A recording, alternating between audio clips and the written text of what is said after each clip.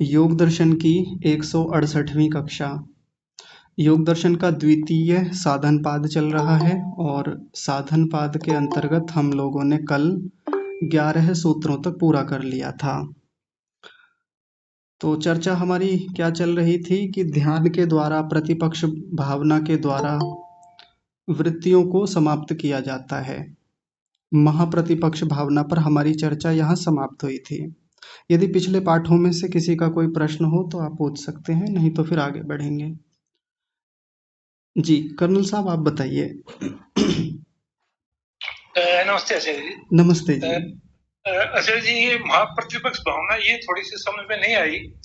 जैसा कि आपने बताया था कि ये बेसिकली सूक्ष्म क्लेश जो होते हैं, जो बीज भाव में होते हैं जी, ये उनको नष्ट करते हैं या उनको तकदीर करते हैं। हाँ जी।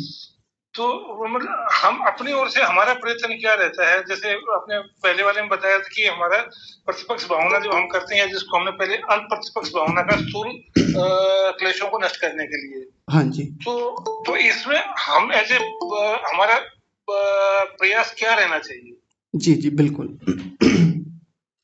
तो यहाँ पर जैसे कल भी मैंने बताया था, एक उदाहरण दिया था कपड़े वाला या घर की सफाई वाला। तो जब हम कहीं अपनी कपड़े की सफाई करते हैं, घर की सफाई करते हैं, तो एक मोटी मोटी सफाई पहले करनी होती है। मोटा मोटा जो मल है, गंदगी है, कबाड़ा है, कचरा है, वो हटाया जाता है। ये तो हमारा अल्प सामर्थ्य लगता है, अल्प प्रयत्न से ही हो जाता है। यानी थोड़ा थोड़ा प्रयास किया तो वो मोटा मोटा कबाड़ा कचरा वो सब हट जाता है। लेकिन सूक्ष्म मल को हटाने के लिए थोड़ा ध्यान पूर्वक, स्थिरता से बैठ करके, आराम से पोछा हाथ में लेकर के, कपड़े को गीला करके ऐसे किया जाता है। या कपड़े को धुलना हो तो आराम से बैठेंगे, चलते फिरते जल्दबाजी में या झुक करके वो ऐसे नहीं होता। आराम से बैठ करके साबुन लगाएंगे, ब्रश लेकर के रगड़ेंगे अच्छे से, बार बार देखेंगे कि किस स्थान पर मल ज़्यादा लगा हुआ है, मैल ज़्यादा जम गया है कपड़े में। वैसे ही चर्चा यहाँ हमारी इन क्लेशों के संदर्भ में है। कुछ क्लेश जो उदार अवस्था में हैं, जो सीधे सीधे पकड़ में आ जाते हैं, तो उनको तो हम ऐसे ही हटा लेते हैं अल्प भावनाओं से ही। कैसे? जैसे किसी व्यक्ति के प्रति राग बहुत ज़्यादा है, तो हमने क्या किया, बातें बंद कर देंगे उससे, उससे संपर्क कम कर देंगे, फ़ोन में नंबर सेव नहीं करेंगे। ये अल्प प्रयत्न हो गए, मोटे मोटे प्रयत्न। उसके बारे में जी हम चर्चा नहीं करेंगे, बहुत परेशानी होती है। ये प्रतिपक्ष भावना ही तो कर रहे हैं हम, यानी उसके विरोधी भावना खड़ी कर रहे हैं अपने भीतर, एक नया संस्कार पैदा कर रहे हैं कि उस व्यक्ति के पास ही नहीं जाएंगे। जितना जाते हैं उसके पास, फिर राग बढ़ता है, फिर सुख लेते हैं और फिर दिक्कतें आती हैं। ये अल्प प्रयत्न तो हमारे ऐसे चलते फिरते या जीवन के बाकी व्यवहारों में खूब हो जाते हैं। महाप्रतिपक्ष भावना थोड़ी गहरी भावना है, ये सूक्ष्मता में जाकर के है। जैसे राग बहुत गहराई से जाके बैठ गया भीतर, बीज रूप में स्थापित हो गया। सीधा कहें कि अंदर जाके एक प्रकार से वो तनु जैसी स्थिति में है, या अभी दबा हुआ है। खत्म भी कर, मतलब हमने उसको दबा लिया था, हमने उसको कमजोर बना दिया, निर्बल बना दिया, लेकिन बीज के रूप में तो वो भीतर रहता ही है, इतनी आसानी से जाता भी नहीं है। तो फिर क्या करते हैं, हम थोड़ा ठहर कर देखते हैं, ध्यान में बैठेंगे, पकड़ेंगे कि शुरुआत कहाँ से हुई थी, कहाँ से चीज़ें बिगड़नी शुरू हुई थी, कैसे और हानि देखूं। और हानि देखता है व्यक्ति और विरोध में जा कर के, कि अभी भी कहाँ छोटी छोटी वो बातें बची हुई हैं जिनके कारण से राग अभी भी बढ़ता जा रहा है। मैं बार बार क्यों स्मृति उठा लेता हूँ उस व्यक्ति की। देखिए, पहले तो मोटे मोटी चीज़ें, बाधाएं खत्म की थी। फ़ोन को बंद कर देगा, नंबर डिलीट कर देगा, स्टेटस नहीं देखेगा, या उस व्यक्ति से मिलेगा नहीं। अब थोड़ा और बारीक स्तर पे जाकर महाप्रतिपक्ष भावना करेगा, यानी बहुत सूक्ष्मता में जाके देखेगा। उस व्यक्ति के बारे में सोचना ही नहीं है, घर में कोई बात करेगा, बात ही नहीं करनी है जी। उसके लाभ हानि देखने ही नहीं है। अब जैसे कई बार व्यक्ति देखता रहता है ना कि यार बहुत अच्छा व्यक्ति था, बड़ा ध्यान रखता था, ऐसा था वैसा था, ये स्मृति बार बार आती है। स्मृति को रोकेगा, उन वृत्तियों को रोकेगा, वहां जा करके गहराई से काम करेगा। वैसे तो और जब गहराई में जाएगा तो फिर गहरे ध्यान में पहुंचेगा, एकाग्रता में जाएगा, समाधि में जाएगा, धीरे धीरे वो विवेक ख्याति होगी। वहां तक की बात है ये, और आगे तक की और सूक्ष्मता में जाके देखता है।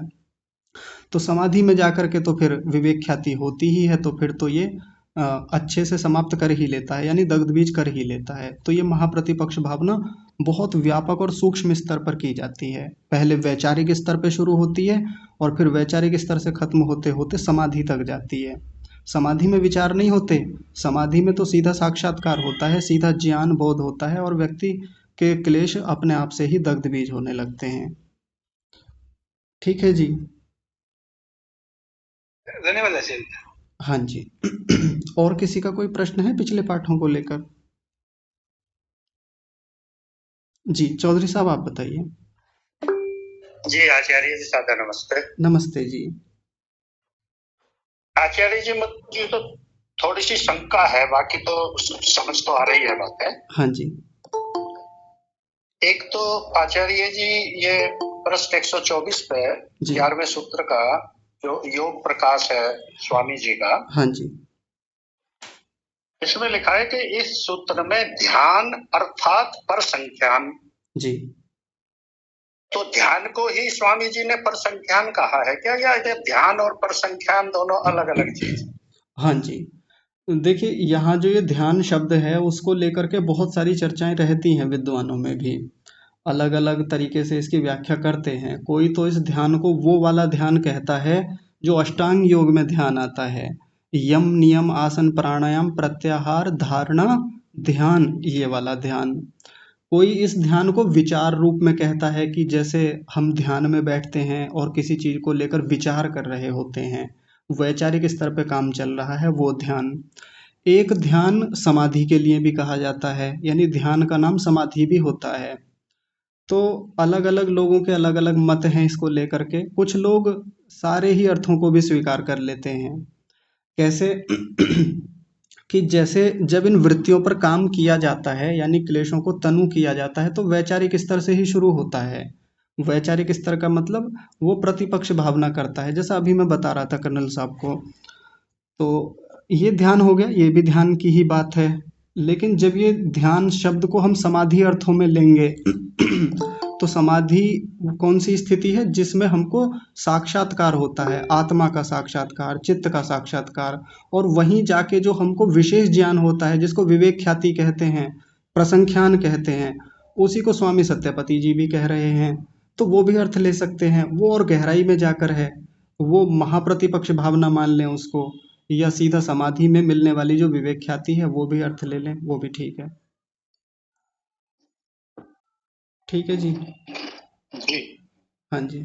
अच्छा, एक आचार्य जी 11वें सूत्र के योग प्रकाश में जो नीचे स्वामी जी ने कलेशों को छूटने के ये 4 वो बताए हैं जी प्रथम दूसरा तीसरा चौथा, जी इसके बाद स्वामी जी ने कहा है कि इनका अनुष्ठान करने के बाद हम धर्मेक समाधि में पहुंच जाते हैं, यानी कि संप्रजात समाधि की परिपक्व अवस्था में पहुंच जाते हैं। हाँ जी।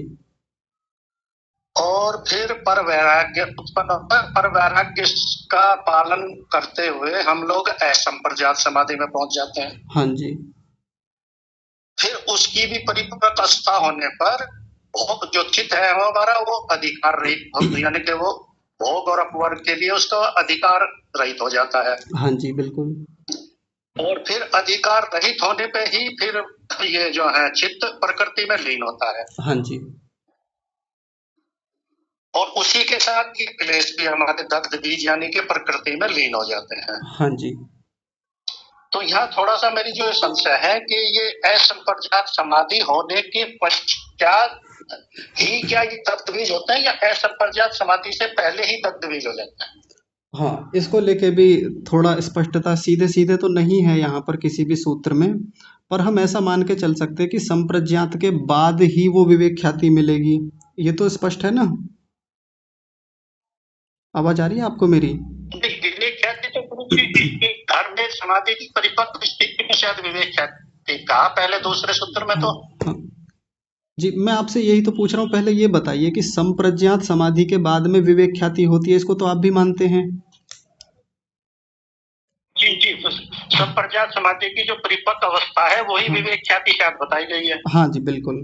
और हमने पीछे पढ़ा है कि इस प्रसंख्यान अग्नि से या विवेक ख्याति वाली अग्नि से ही क्लेशों को दग्ध बीज किया जाता है, ये भी आप मानते हैं? जी जी हाँ जी। हाँ जी हाँ जी हाँ तो बिल्कुल ऐसा कह सकते हैं कि संप्रज्ञात के बाद जी, तो इस संप्रज्ञात के बाद ही निश्चित रूप से क्लेश जो है वो दग्ध बीज होंगे। अब वो असंप्रज्ञात में जाके होंगे जी या जी उससे ठीक पहले हो चुके हैं, इस पर सीधा सीधा कुछ नहीं मिलता हमको, यहाँ पर सीधा कोई संकेत नहीं है। तो बस अभी इतना ही मान ले कि संप्रज्ञात के बाद में जो सबसे ऊंची परिपक्व अवस्था है वहां जाकर दग्धबीज होते हैं। जी जी जी जी जी। हाँ जी। आचार्य जी 1 मिनट और ले लूं? हाँ जी बताइए ना। आचार्य जी जब मोक्ष की स्थिति में पहुंच जाते हैं आत्मा, जी तो वहां पर वो लिखा है कि उसकी 24 शक्तियां, स्वभाव और सामर्थ्य, जी उनसे वो फिर जो भी वहां भोग वो करना चाहती है उनसे वो सब चीजें भोग लेती हैं। जी। तो उसमें 2 चीजें लिखी हुई है, प्रेम और द्वेष। अच्छा जी। यानी कि मुक्ति की अवस्था में भी प्रेम और द्वेष, इन शक्तियों से वो जो है उनके वो शक्तियों के द्वारा वहां पर वो भोगते हैं। जी तो ये वाला प्रकरण थोड़ा सा कि द्वेष और प्रेम, प्रेम तो एक तरह से राग ही हुआ, हाँ जी। तो वहां मुक्ति में भी ये द्वेष और राग रहेंगे क्या? ये प्रकरण आप कहाँ से बोल रहे हैं? ये उसमें सत्यार्थ प्रकाश में जो दिया ना, वहां पर कि मुक्ति के बाद में जो आत्मा वहां भोगती है जी अपनी संकल्प शक्ति, स्वभाव और सामर्थ्य से, जो 24 शक्तियां दी है ना उसमें, हाँ जी। हाँ जी। उसमें बहुत सारी चीज, उसमें 2 चीज ये भी है, प्रेम और द्वेष। हाँ जी। तो नहीं तो फिर डिस्कस कर लेंगे तो। हाँ जी, मैं एक बार देख लूंगा सत्यार्थ प्रकाश में, 9वें समोल्लास में है ना? जी जी जी, जहाँ वो 24 शक्तियों का जिक्र है। हाँ जी ठीक है, मैं एक बार देखूंगा, उसे पढ़ के फिर बात करेंगे। जी जी जी जी, अच्छा धन्यवाद। हाँ जी ठीक है। मंजू आर्य जी आप बताइए।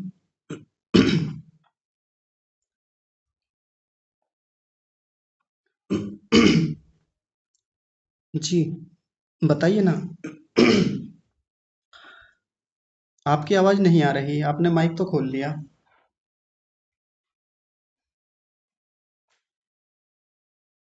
मंजू आर्य जी आपको मेरी आवाज आ रही है?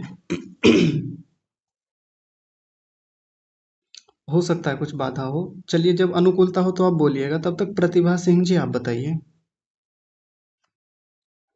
जी आचार्य जी प्रणाम। ये प्रणाम। आपने जो ये 5 प्रकार के क्लेश बताए थे, राग, द्वेष, अविद्या, अस्मिता और अभिनिवेश, जी तो इसमें जो ये अस्मिता है ये थोड़ा सा स्पष्ट और कर दीजिए, मुझे ठीक से नहीं समझ आया है अस्मिता। हाँ जी ठीक है। देखिए वैसे तो खूब चर्चाएं हुई हैं वहाँ पर, लेकिन फिर भी जिसको ना आया हो समझ में, एक बार देख लीजिए। सूत्र से ही समझ में आएगा, जब तक हम सूत्र को ठीक से नहीं देखेंगे, व्यास भाष्य को नहीं देखेंगे तो ऐसे ही रहेगा। सूत्र में है दृक् शक्ति दर्शन शक्तयोः दृक् दर्शन शक्तयोः एकात्मते वास्मिता। दृक् शक्ति और दर्शन शक्ति में जब एक भावना हो जाती है तो उसको अस्मिता क्लेश कहा जाता है। सरल भाषा में कहें तो आत्मा और जो बुद्धि है, इन दोनों को जब हम एक ही मानकर चल रहे होते हैं और हमारा सारा व्यवहार जब इन दोनों को एक ही लेकर के हो रहा होता है, जो कि होता ही है हमारा, उसी को अस्मिता क्लेश कहा जाता है। और मैंने वहाँ पे बताया था कि बुद्धि का जो व्यवहार है, बुद्धि की जो वृत्तियाँ हैं अलग हैं, आत्मा की वृत्तियाँ अलग हैं, लेकिन हम अपने व्यवहार काल में कभी भी इन दोनों में भेद नहीं कर पाते। हमें पता ही नहीं चलता कि ये वाली तो बुद्धि का कार्य है, ये वाला बुद्धि का व्यवहार है और ये मुझ आत्मा का व्यवहार है। हम वैसे मानते हैं कि बुद्धि तो अलग चीज है, आत्मा तो अलग चीज है, ये वैसे मानते हैं केवल शब्द के रूप में, अलग से हमने केवल जानकारी इकट्ठी कर रखी है। लेकिन व्यवहारिक रूप से अनुभूति के स्तर पे जाकर कि हमने इसका अनुभव किया हो, ऐसा कभी नहीं होता। तो जैसी भी हमारी बुद्धि के भीतर वृत्तियां चलती रहती हैं, जैसा बुद्धि के भीतर विचार चलता रहता है, जैसा बुद्धि के भीतर सब चीज़ों का साक्षात्कार होता रहता है, बाहर से हम जितना अनुभव करते हैं, वो जो वृत्तियां भीतर चल रही हैं, वो जो विचार चल रहे हैं, ये आत्मा के ही विचार हैं, ऐसा ही हम हमेशा समझते रहते हैं। मैं आत्मा, मेरा व्यवहार है, मैं सोच रहा हूँ, मैं देख रहा हूँ, जबकि ऐसा कुछ है ही नहीं, वहाँ सारा का सारा एकदम अलग अलग है। तो ये अस्मिता क्लेश है। उनको जो व्यक्ति अलग देख लेता है, और ये सामान्य रूप से अलग देख भी नहीं पाएगा, ये तो समाधि की स्थिति में जाके ही दोनों का भेद पता चल पाता है, दोनों का अलग अलग साक्षात्कार हो पाता है कि ये आत्मा मैं अलग हूँ और ये बुद्धि अलग है। हाँ, थोड़ा बहुत जब व्यक्ति अपने कर्मों को अच्छे से ध्यान से देख करके करता है, हर एक चीज को अच्छे से देखता है, साधना में बैठ करके थोड़ा थोड़ा बुद्धि की वृत्तियों को पकड़ता है, आत्मा की वृत्तियों को अलग पकड़ता है, तो उसको धीरे धीरे भेद पकड़ में आने लगता है कि हाँ, ये वाली जो वृत्ति है ये बुद्धि की वृत्ति है और ये आत्मा की वृत्ति है। सामान्य रूप से थोड़ी थोड़ी समझ आने लगती है, लेकिन पूरी तरह समझ में आना, पूरी तरह दोनों का भेद स्पष्ट हो पाना, ये तो समाधि में ऊंची स्थितियों में जाके हो पाता है। तो आप अभी, मैंने उस दिन प्रयोग भी करने को बताया था आप सबसे कि आप जब ध्यान में बैठें तो आराम से देखें कि कैसे चित्त की वृत्तियां अलग काम करती हैं, चित्त यानी बुद्धि और आत्मा की वृत्तियां कैसे अलग अलग काम करती हैं। एकदम से नहीं आएगा पकड़ में, एक दो दिन का मामला है भी नहीं, बहुत समय लगेगा। बार बार पढ़िए इस सूत्र को, बार बार व्यास भाष्य को पढ़िए, तब और चीजें स्पष्ट होंगी। ठीक है जी। ठीक है। जी धन्यवाद। हाँ जी, ठीक है। तो आगे संतोष माता जी, आप बताइए। नमस्ते आचार्य जी।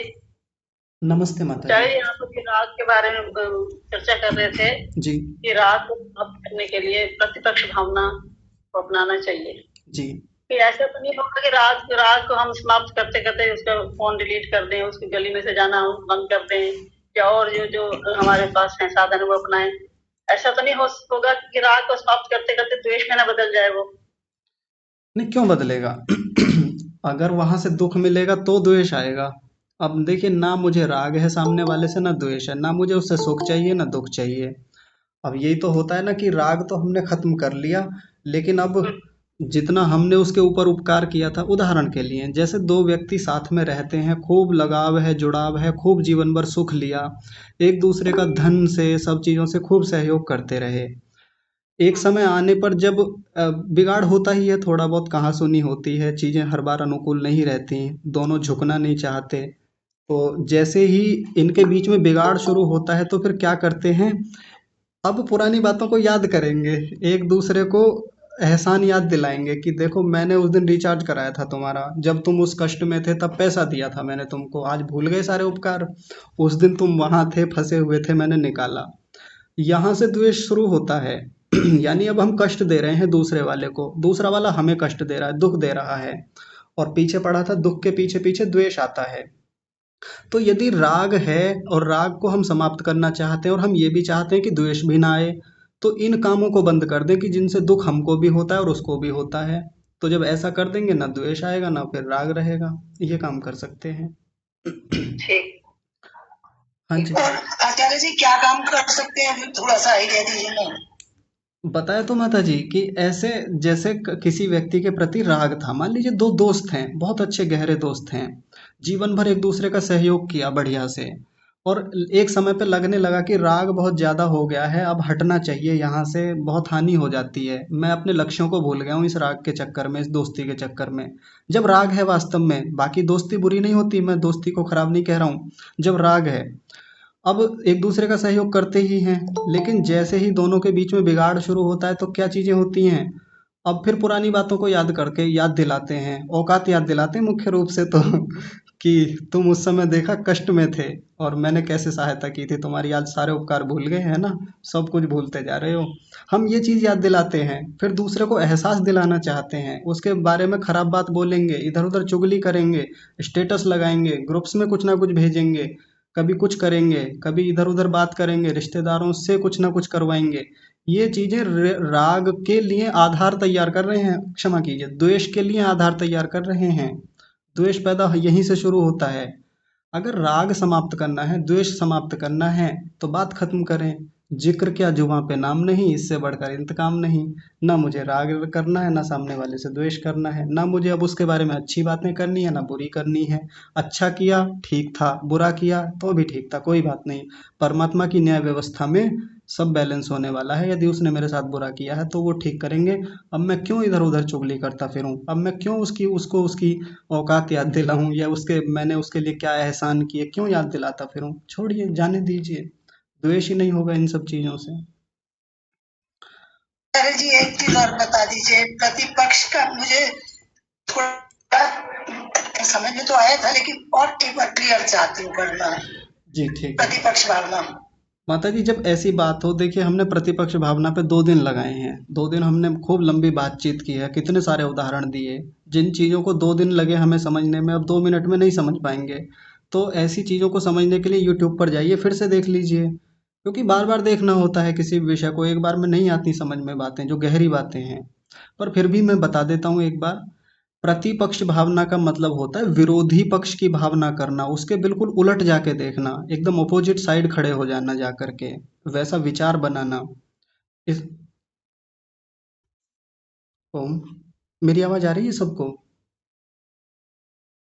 आ रही है आ रही है आचार्य जी। हाँ जी, पर ये क्या हुआ?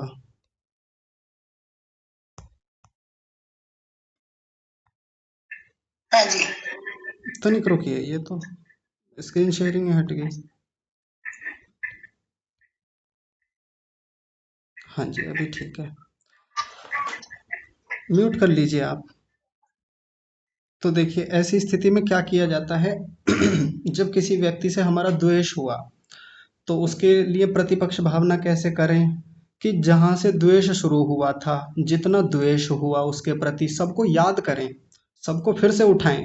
अब आपको लगेगा कि आप तो फिर से याद करने के लिए कह रहे हैं, अब हम उन यादों को फिर से उठाएंगे तो द्वेष और ज़्यादा बढ़ जाएगा। लेकिन वही बात, डॉक्टर के पास जब जाएंगे इलाज कराने के लिए, तो घाव को तो कुरेदवाना पड़ेगा ना, घाव को कुरेदेगा तभी ठीक होगा। तो घाव कुरेदे जाएंगे, कुरेदिए, कोई बात नहीं। और याद कीजिए कि सामने वाले से कितनी हानि हमारी हुई है द्वेष के कारण से। इसको कहते हैं प्रतिपक्ष भावना, उल्टे जा करके देखना। पहले तो लाभ ले रहे थे, तो अब उसके विरुद्ध में हानियां देखिए, और जो जितनी हानियां हो गई उनको और बढ़ा चढ़ा के देखिए कि सामने वाले से द्वेष करते करते इतना समय हो गया, उसके पीछे इतना समय खराब कर लिया, मन खराब कर लिया, उसी के बारे में सोचते रहते हैं, विचार चलता रहता है कि मेरी बहू ऐसी, मेरी सासू माँ ऐसी, मेरे ससुर ऐसे हैं, ये मेरे देवर ऐसे हैं, मेरी भाभी ऐसी हैं, दिमाग खराब करती रहती हैं, करते रहते हैं, सुनते नहीं हैं। इन्हीं सब चीज़ों में सोचता रहा मैं पिछले पूरे वर्ष भर, पिछले कई साल से यही सोचे जा रहा हूँ मैं। क्या इन्हीं सब चीज़ों के लिए टाइम रह गया मेरे पास? क्या और कोई मेरे पास काम धंधा नहीं है? क्या मेरे पास जीवन में और कोई लक्ष्य नहीं बचे? कितनी हानि कर ली एक व्यक्ति के पीछे मैंने। ये हानि देखना, ध्यान से सुनिए, प्रतिपक्ष भावना में हानि देखी जाती है। अपनी हानि, चित्त की हानि, आत्मा की हानि, समय की हानि, धन की हानि, जीवन की हानि, लक्ष्य की हानि, ये बार बार देखनी होती है। इसी को प्रतिपक्ष भावना कहते हैं। जब बार बार हम ऐसी प्रतिपक्ष भावना करेंगे, तो सीधी बात है, आत्मा का स्वभाव होता है कि जहाँ वो हानि देखता है ना, वहां से बच लेता है, हट जाता है, वहां से धीरे धीरे हट जाता है। ये प्रतिपक्ष भावना होती है। ऐसे ही राग के प्रति देख लें, जिस व्यक्ति से राग हो गया हो बहुत ज्यादा, रहा नहीं जाता उसके बिना, तो देख लें कितनी हानि हुई है, कितना समय खराब कर लिया एक व्यक्ति के पीछे। जिस समय को मैं साधना, स्वाध्याय, करियर या बाकी चीजों में लगा सकता था, अपने घर परिवार में, घर की उन्नति में लगा सकता था, वो समय एक व्यक्ति के पीछे खर्च कर दिया मैंने। ये प्रतिपक्ष भावना है, हानि देखी जाती है बार बार। उस व्यक्ति से चिपका रहा मैं 24 घंटे, उसी की बातें, उसी का विचार, उसी की वृत्तियां, उसी की यादें। उसने ये किया, खाना खाया कि नहीं खाया, क्यों खाया, कैसे खाया, किससे खाया, यही चीजों में उलझा रहा मैं पिछले दिनों। मेरी युवावस्था में मैंने जो समय मेरे जीवन में कुछ उन्नति का था, कुछ विशेष करने का था, वो एक व्यक्ति के पीछे इसी चक्कर में ही खराब कर लिया मैंने। राग था, नहीं करूंगा आगे से ऐसा। ये प्रतिपक्ष भावना है। ठीक है माता जी? धन्यवाद। हाँ जी, ठीक है। आगे मंजू आर्य जी, अभी आपको अनुकूलता है बोलने के लिए?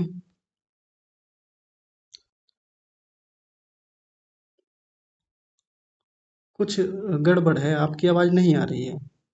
तब तक डॉक्टर मीनाक्षी जी आप बताइए। हाँ। ओम आचार्य जी, ये जो आपने अभिनिवेश क्लेश बताया, जी उसमें जो बताया कि जैसे एक छोटा बच्चा है, वो भी मृत्यु से भय होता है क्योंकि उसे पिछले जन्म का, ये पुनर्जन्म का, तो ये एक अनुमान प्रमाणीय है ना? हाँ, एक प्रकार से अनुमान प्रमाण से ही जानते हैं हम ये देख करके कि यदि किसी को भय हो रहा है तो इस जन्म में तो मरते हुए, इस जन्म में तो किसी को मरते हुए देखा नहीं है, ना उसको किसी ने बताया है मृत्यु के बारे में। लेकिन फिर भी हर व्यक्ति, हर छोटे से छोटा जीवात्मा, कोई बच्चा, कोई भी है, बचना चाहता है वहाँ से, अपने आप को बचाने का पूरा प्रयास करता है, उसके भीतर भी एकदम ऐसी भावना आती है कि मेरी मृत्यु हो जाएगी। तो इससे अनुमान ही करते हैं, अनुमान प्रमाण से ही जानते हैं। ठीक है जी।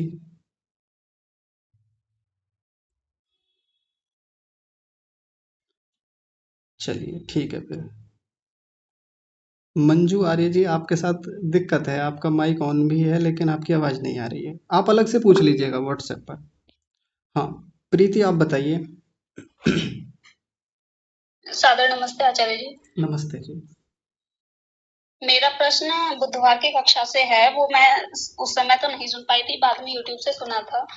तो उसमें चर्चा हो रही थी कि राग भी सहायक होता है, कई बार हमारे आगे बढ़ने में सहायक होता है। जैसे उसमें उदाहरण दिया गया था कि ईश्वर कृत ग्रंथों को हम पढ़ेंगे और ईश्वर भक्ति में यदि हम जाएंगे, ईश्वर के प्रति राग करेंगे, तो ये हमारी उन्नति करेगा जी। तो यहीं से मेरा एक प्रश्न आया। जैसे मैं एक सुभाष चंद्र बोस से संबंधित कहानी पढ़ रही थी कि मृत्यु से संबंधित, तो उसमें काफी इंटरेस्ट आया और एक ही साथ मैंने लगभग 17 पेज एक बार में ही पढ़ डाले, और जबकि वो इंग्लिश में थे और इंग्लिश में मेरा पढ़ने का उतना फ्लो है भी नहीं। तो अब यहाँ पर यह वाला राग हमारे आगे की उन्नति में सहायक होगा या नहीं होगा? राग क्या होता है?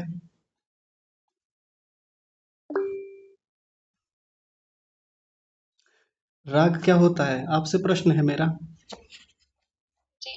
एक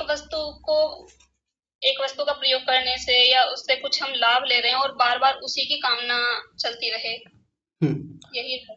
हाँ, केवल कामना नहीं, वहां पे शब्द है गर्धा, तृष्णा, लालसा, लोभ, लालच। ऐसा कामना तो रहती है हमारी, एक बार भोजन किया है तो फिर भी दोबारा होती है कि अगली बार भी भोजन स्वादिष्ट मिले।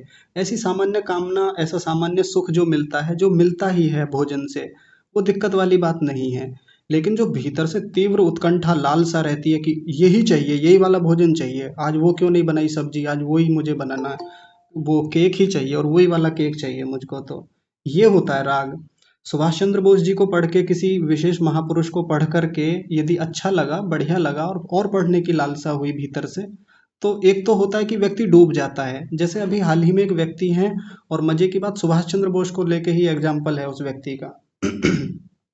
उसे कहीं से एक व्यक्ति मिल गए सुभाष चंद्र बोस जी के परिवार के, जो सुभाष चंद्र बोस जी के परिवार वाला होने का दावा करते हैं। उनसे उनका परिचय हुआ इस लड़के का, जिसका मैंने अभी उदाहरण दिया था कि ये लड़का आत्महत्या करने जा रहा था।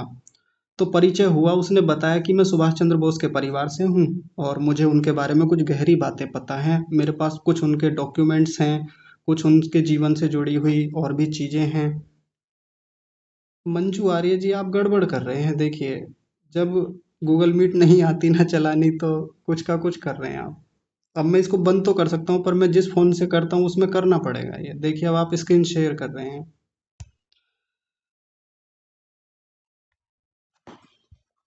बाधा होती है। तो उस लड़के को जब ये सुभाष चंद्र बोस जी के बारे में पता चला, अब वो पागल है पिछले कई दिनों से उसी के पीछे।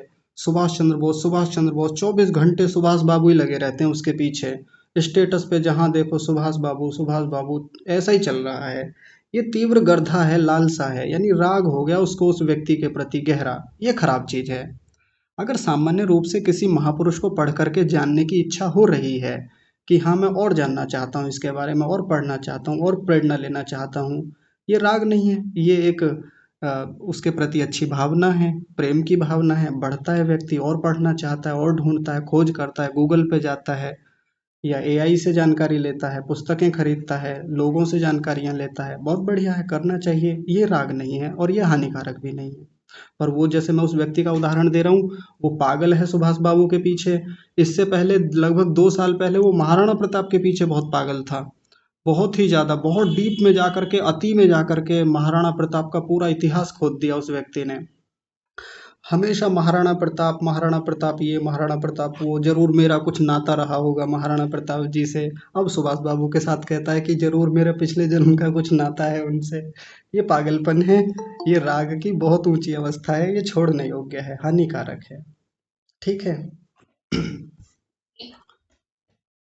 चलिए ठीक है, तो फिर आगे बढ़ते हैं, अगला सूत्र देखते हैं। अब एक नई चर्चा शुरू होने वाली है, वैसे तो पीछे से जोड़कर ही है, पर एक बड़ा रोचक विषय अब आने वाला है, जिसको मैं पिछले कई दिन से कह रहा हूं कि अब कर्मफल सिद्धांत के बारे में हम बात करेंगे। कर्माशय कैसे बनते हैं, उन कर्माशयों के बनने में किन चीज़ों की सबसे ज़्यादा भूमिका होती है। इस कहानी में एक नया ट्विस्ट आने वाला है। जैसे आप लोग सीरियल देखते होंगे ना, मूवी देखते होंगे और उसका इंटरवल हो गया और इंटरवल के बाद में एक हमारे मन में ये बन जाता है कि अब क्या होगा इसके बाद में, अब कैसे आगे चलेगा। तो साधकों के लिए ये चीज़ एक इंटरवल की तरह थी यहाँ तक, और अब एक नया जो प्रकरण शुरू होने वाला है वो बहुत रोचक और बहुत मज़ेदार होने वाला है, क्योंकि यहाँ से हमारे कर्म करने की स्थितियाँ, उन पर बहुत प्रभाव पड़ने वाला है। हो सकता है हमने जो अब तक धारणाएं बनाई हैं, जिन धारणाओं की दीवारें खड़ी कर रखी हैं ना, उनमें दरार आएगी अब। दरार आएगी तो वो दीवारें भर भरा कर गिर भी सकती हैं। तो आप चिंता मत कीजिएगा, यदि पहले की जो आपने मान्यताएं बना रखी हैं वो दीवारें गिरे ना, तो गिरने दीजिए, कोई बात नहीं। अभी पिछले लगभग 167 दिनों में जो आपने एक नई नींव खोदी है, नया फाउंडेशन तैयार किया है, अब उस पर एक नई दीवार बनने दीजिए जो ऋषियों ने बनाया है, जिसे आपने खुद अपनी मेहनत से बनाया है। तो उस पर जो अब नई दीवार चलेगी ना कर्माशयों की या सिद्धांतों की, उसको बनने दीजिए बढ़िया से। ऐसा मैं क्यों कह रहा हूँ, तो वो धीरे धीरे पाठ जब आगे बढ़ेगा तब समझ में आएगा। तो देखिए 12वां सूत्र है, बहुत रोचक है।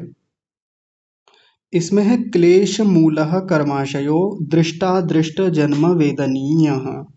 बहुत छोटा सा सूत्र है, इस छोटे से सूत्र में ढेर सारी बातें कह दी इन्होंने। क्लेश मूलः कर्माशयः, और आगे शब्द है दृष्ट अदृष्ट। देखिए अजीब सा दिख रहा होगा, फ़ॉन्ट ऐसा है ये, दृष्ट अदृष्ट, और आगे है जन्म वेदनीय है, वेदनीय ऐसा शब्द है। तो कर्माशय शब्द को सबसे पहले देखिए। कर्माशय शब्द का मतलब क्या होता है, कर्म का आशय। जैसे आपने एक शब्द सुना होगा जलाशय। जलाशय का मतलब क्या होता है, तालाब। जिस तालाब में बहुत सारा पानी इकट्ठा हो रखा है उसको हम जलाशय कह देते हैं। जल जिसमें इकट्ठा है, जल का संग्रह है, उसको जलाशय कहते हैं। तो कर्माशय किसको कहेंगे, जहाँ कर्म इकट्ठे हैं, कर्मों की अपनी गठरियाँ बनी हुई हैं, कर्मों का पूरा एक संग्रह मात्र है, संगठन है, उसको कर्माशय कह देते हैं। तो ध्यान रखिएगा, अब ये कर्माशय शब्द कई दिनों तक लगातार चलेगा। जितनी बार भी मैं कर्माशय शब्द बोलूँगा तो ये कर्माशय से आप सीधा वही समझिएगा कि कुछ पुण्य हैं, कुछ पाप हैं, और जो हमने जीवन में पाप और पुण्य किए हैं वो जहाँ जाके इकट्ठे होते हैं उसको कर्माशय कहते हैं। सामान्य भाषा में जैसे हम लोग कह देते हैं किसी दुष्ट व्यक्ति को, मान लीजिए कोई दुराचारी दुष्ट व्यक्ति है, जीवन भर पाप करता रहा, तो हम कह देते हैं कि देखो इसने अपने पापों की गठरी सिर पे इतनी रख रखी है कि बहुत पाप कमाए हैं, पापों की गठरी लेकर घूमता है ये व्यक्ति। तो पापों की जो गठरी है ना, जिसको हम एक अलंकारिक भाषा में कहते हैं कि पापों की गठरी ले रखी है, उसको दर्शन की भाषा में पाप कर्माशय कहेंगे। पाप करने से क्या गठरी बनेगी, पाप कर्माशय वाली गठरी बनेगी, यानी उसको पाप कर्माशय बोलेंगे। और कोई व्यक्ति जीवन भर अच्छे काम करता रहा, पुण्य के काम करता रहा, परोपकार के काम करता रहा, दूसरों की और अपनी भलाई के लिए काम करता रहा, तो उससे कौन सी गठरी बनेगी, पुण्यों की गठरी बनेगी। तो उसको दर्शन की भाषा में क्या कहेंगे, पुण्य कर्माशय। तो मैं अब वो गठरी वठरी नहीं बोलूँगा, अब मैं सीधा कर्माशय बोलूँगा। एक पाप कर्माशय होते हैं और एक पुण्य कर्माशय होते हैं। कहाँ इकट्ठे होते हैं, चित्त में इकट्ठे होते रहते हैं ये सब। हमने सामान्य भाषा में कई बार बड़े बूढ़ों से सुना है कि भगवान जी के पास एक रजिस्टर होता है, और जो भी हम कर्म करते रहते हैं उसमें उनका सबका लेखा जोखा भगवान जी लिखते रहते हैं। यानी उनके पास हर आदमी के 2 रजिस्टर होते हैं। एक रजिस्टर में अच्छाइयाँ लिखते रहते हैं, यानी किसी व्यक्ति ने पुण्य कर्म किए तो उसमें उसके पुण्य कर्म लिखे जाएंगे एक कॉपी में, और दूसरी कॉपी में जो उसने पाप कर्म किए हैं वो लिखे जाएंगे। तो भगवान जी तो लिखेंगे नहीं, क्योंकि रजिस्टर की आवश्यकता नहीं है। जो सर्वज्ञ हैं, जो सब कुछ जानता है, जिसकी बुद्धि का स्तर इस सारे संसार के प्राणियों की बुद्धि भी मिला लें तब भी उसके बराबर ना बैठे, जो हमेशा हर किसी के कर्मों को देख रहा है, जान रहा है, समझ रहा है, तो वो तो जान ही रहा है लेकिन उसके अलावा हम हमारे जो अपने अपने चित्त हैं, मन है, बुद्धि है, उसमें ये कर्माशय वहां जाकर छप रहे हैं, ये कर्माशयों का वहां इकट्ठा हो रहा है मामला। तो कोई ये ना समझे कि कर्म कर लिए तो भगवान जी लिख रहे होंगे, या कर्म कर लिए तो कर्म तो कर लिए, वो तो खत्म हो गए। खत्म नहीं होते कर्म करने के बाद में। एक दृष्टि में तो लगेगा कि कर्म किया, क्रिया की और समाप्त हो गई, लेकिन जो कर्म करने से बनता है उसको कर्माशय कहा जाता है। और अब एक बड़ी रोचक बात है हम तो सोचते हैं कि कर्माशय किससे बनता है, कर्म करने से बनता है। अच्छे कर्म करेंगे अच्छा कर्माशय बनेगा, बुरे कर्म करेंगे तो बुरा कर्माशय बनेगा। ज्यादातर लोग इसी पे टिके रहते हैं, और ये सही भी है, एक दृष्टि में ये बात सही भी है, लेकिन ज्यादातर लोग इसी पे जाके टिक जाते हैं। और कितने लोग तो ऐसे हैं, कितनी संस्थाएं ऐसी काम करती हैं, कितने मत संप्रदाय ऐसे हैं जो फिर दूर ही हो जाते हैं कर्म से। ना कर्म करेंगे ना कर्माशय बनेगा। अजगर करे न चाकरी, पंछी करे न काम, दास मल्लूका कह गए सबके दाता राम। यानी अजगर कोई नौकरी वोकरी थोड़ी करता है किसी की, पंछी किसी का काम नहीं करते, लेकिन फिर भी देखो जीवन उनका धूमधाम से चलता है, उनको खाने पीने के लिए सब जगह से मिल जाता है। तो क्यों काम करना, क्यों कर्म करना? कर्म करेंगे तो कर्माशय बनेगा, कर्माशय बनेगा तो फिर बंधन होगा, फिर से जीवन आएगा, फिर से जन्म लेना पड़ेगा। कर्म ही नहीं करते, कर्मों से दूर हो जाते हैं। जबकि वेदों में क्या कहा है, कुर्वन्य वेह कर्माणि जीजी विशेषतम समाह, यानी कर्म करते हुए 100 वर्ष तक जीने की इच्छा करो। यानी कर्म करने के लिए खूब प्रेरित किया जाता है हमारी संस्कृति में। तो एक दृष्टि में हमको यही बताया जाता है कि कर्म ही कर्माशय का आधार होता है, कर्म से ही कर्माशय बनते हैं। लेकिन यहाँ देखिए, यहाँ क्या कह रहे हैं, यहाँ कह रहे हैं क्लेश मूलः कर्माशयः। कर्माशय के मूल में तो क्लेश होता है, कर्म होता है, वो बात गलत नहीं है, वो भी एक अंश में ठीक बात है। लेकिन दर्शन की दुनिया में, अध्यात्म की दुनिया में इसको हम भूल जाते हैं। तो अभी जो मैं आपसे कह रहा था ना कि हमारे जो पूर्व की मान्यताएं बनी हुई हैं, अब उनमें दरार आएगी। तो दरार आएगी, अब टूटने दीजिए। देखिए, अब तक हम क्या सोचते थे, ये कर्म करेंगे तो ऐसा कर्माशय बनेगा, ये कर्म करेंगे ऐसा कर्माशय बनेगा। यहाँ कह रहे हैं क्लेश मूल में रहेंगे तो कर्माशय बनेगा। तो सीधी सी दूसरी बात क्या हो गई कि क्लेश मूल में नहीं रहेंगे तो कर्माशय नहीं बनेगा। मूल का मतलब क्या होता है? मूल का मतलब होता है जड़, आधार। जैसे पेड़ की जड़ ही ना हो तो पेड़ खड़ा थोड़ी रह पाएगा। जड़ है तो पेड़ है, जड़ नहीं है तो पेड़ नहीं है। पर आप यहाँ भी हो सकता है कुछ और बात ले आए कि एक अमर बेल होती है जिसकी जड़ ही नहीं होती, तो उसका भी अपना एक आधार होता है, उसकी त्वचा ही उसकी जड़ होती है, वो उसी से भोजन ग्रहण करती है, दूसरे वृक्षों का आश्रय लेती है, उसी को मूल मान लेंगे। मूल यानी आधार, जड़। क्लेश मूल में रहेंगे, क्लेश आधार में रहेंगे तो ये कर्माशय बनता है, ध्यान रखिए। अगर क्लेश मूल में नहीं है तो फिर कर्माशय नहीं बनेंगे। तो अब आगे एक बड़ी रोचक बात आने वाली है, उससे पहले ये देखिए। और वो कैसे होते हैं जो कर्माशय बनते हैं? वो दो प्रकार से होते हैं, दृष्ट जन्म वेदनीय और अदृष्ट जन्म वेदनीय। ये दोनों यौगिक टर्मिनोलॉजी हैं, यानी योग के पारिभाषिक शब्द हैं, ऐसे ही याद कीजिए, इन पे भी आगे बहुत बातचीत होगी। दृष्ट जन्म वेदनीय, अदृष्ट जन्म वेदनीय। दृष्ट का मतलब होता है जो दिख रहा है, जो दिखता है, जो दिख गया है हमको, उसको दृष्ट जन्म वेदनीय कहेंगे। अदृष्ट का मतलब जो अभी नहीं दिखा है लेकिन दिखेगा कभी, उसको अदृष्ट कहते हैं। और जन्म का मतलब तो आप जानते ही हैं, ये वाला जन्म और फिर जो आगे जन्म आएगा। और वेदनीय का मतलब होता है जो भोग करवाता है, जो जिसमें संवेदना है, उसको वेदनीय कहेंगे। सीधा सा मतलब, जो जिन कर्मों का फल हमको अभी मिल जाएगा इसी जन्म में, उनको तो कहेंगे दृष्ट जन्म वेदनीय। और जिन कर्मों का फल हमको अगले जन्मों में मिलेगा उनको कहेंगे अदृष्ट जन्म वेदनीय। फिर से समझिए ध्यान से। दृष्ट जन्म वेदनीय का मतलब है इसी जन्म में, जो वर्तमान का जन्म है, इसी जन्म में जिन कर्माशयों का फल मिल जाएगा उनको कहेंगे दृष्ट जन्म वेदनीय कर्माशय। और जिनका फल हमको अगले जन्मों में मिलेगा, भविष्य में कभी मिलने वाला है, आगे कभी जन्म लेंगे तब मिलेगा, उनको कहेंगे अदृष्ट जन्म वेदनीय कर्माशय। ठीक है। तो एक हम लोगों की एक धारणा बन जाती है, जैसे प्रायः हम देखते हैं, हम लोगों को हमने अभी कोई काम किया तो हमको तुरंत फल चाहिए एकदम उसका। कोई परीक्षा दे के आए तो हमसे इंतजार नहीं होता कि हम 2 महीने 3 महीने रिजल्ट का इंतजार करें। बेचैन हो जाते हैं कि अब तक रिजल्ट नहीं दिया यूनिवर्सिटी ने, अब तक उस आयोग ने अब तक रिजल्ट जारी नहीं किया, बेचैनी होती है। और कई बार तो ऐसा लगता है कि आज आज परीक्षा दे के आए हैं, आज ही रिजल्ट मिल जाए। और जब हम स्कूलों में पढ़ते थे तब तो बेचैनी ऐसी रहती थी कि जब टेस्ट देते थे ना या मौखिक परीक्षा हुई तो बड़ी बेचैनी होती थी, और झांक झांक के देखते थे कि टीचर अभी बता दें हमें तो हमारे नंबर अभी पता चल जाए। यानी अभी कर्म किया है तो सबको तुरंत फल चाहिए। अभी हम नौकरी करते हैं तो हमारी कोशिश ये रहती है कि जल्दी हमको उसका फल मिले, सैलरी मिले। तो कुछ लोग तो महीने महीने भर का इंतजार भी नहीं कर पाते, बीच बीच में कि जी मैं इतने दिन से काम कर रहा हूँ, कुछ तो पैसा दीजिए, कुछ तो दीजिए। कहीं कहीं विदेशों में ऐसा भी है कि हमने 1 सप्ताह काम किया तो 1 सप्ताह में ही पैसा चाहिए हमको तुरंत। और भारत में तो इससे आगे भी चलता है, डेली वेजेस पे जो चलता है, यानी आज काम किया आज ही पैसा दीजिए जी, अब मैं कल को आऊँ ना आऊँ मुझे नहीं पता, आज का जो काम हो गया मेरा, मजदूरी जो हुई उसका पैसा दीजिए। ऐसा होता है ना। तो आज काम किया है आज ही उसका फल चाहिए, ये सबके भीतर भावना रहती है। तो वैसा ही कर्मों के संदर्भ में भी होता है। अब आगे आने वाली जो चर्चा है हमारी व्यास भाष्य है उसमें ये चर्चा होगी कि किन कर्मों का फल तो जल्दी से मिल जाता है हमको, और किन कर्मों का फल हमको अगले जन्मों में जाके मिलेगा।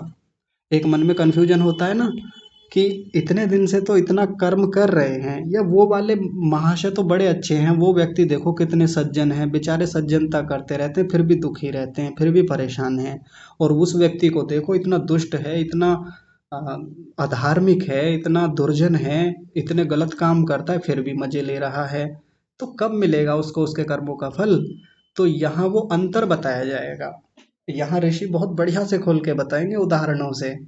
और बहुत रोचक प्रसंग है कि किन कर्मों को करने से तो फल तुरंत मिल जाता है, बड़ी शीघ्रता से मिलता है। अब आपके मन में फिर उत्कंठा होगी कि ऐसे कर्मों को तो जल्दी बताओ जी, कि किन का फल तुरंत मिलेगा, या किन कर्मों का फल तुरंत मिलने से हानि होती है, क्योंकि गलत काम करेंगे तो उनका फल भी तो तुरंत मिलेगा, तो फिर उनसे हम बचेंगे। और जिन कर्मों को करने से तुरंत अच्छा फल मिलेगा उनको हम जल्दी जल्दी कर लेंगे। और जिन कर्मों को करने से अगले जन्मों में फल मिलेगा तो उनके बारे में अलग तरीके से सोच के चलना पड़ेगा। तो ये अंतर जो है, ये जो डिफरेंस है, उसको ऋषि व्यास जी आगे खोल के बताएंगे। वो चर्चा हम परसों सोमवार में देखेंगे। ठीक है जी, आज का तो समय हो गया है, आज के विषय को इतना ही रखते हैं। आप सभी का बहुत धन्यवाद, विशेष धन्यवाद परमात्मा का। आप सभी को सादर प्रणाम।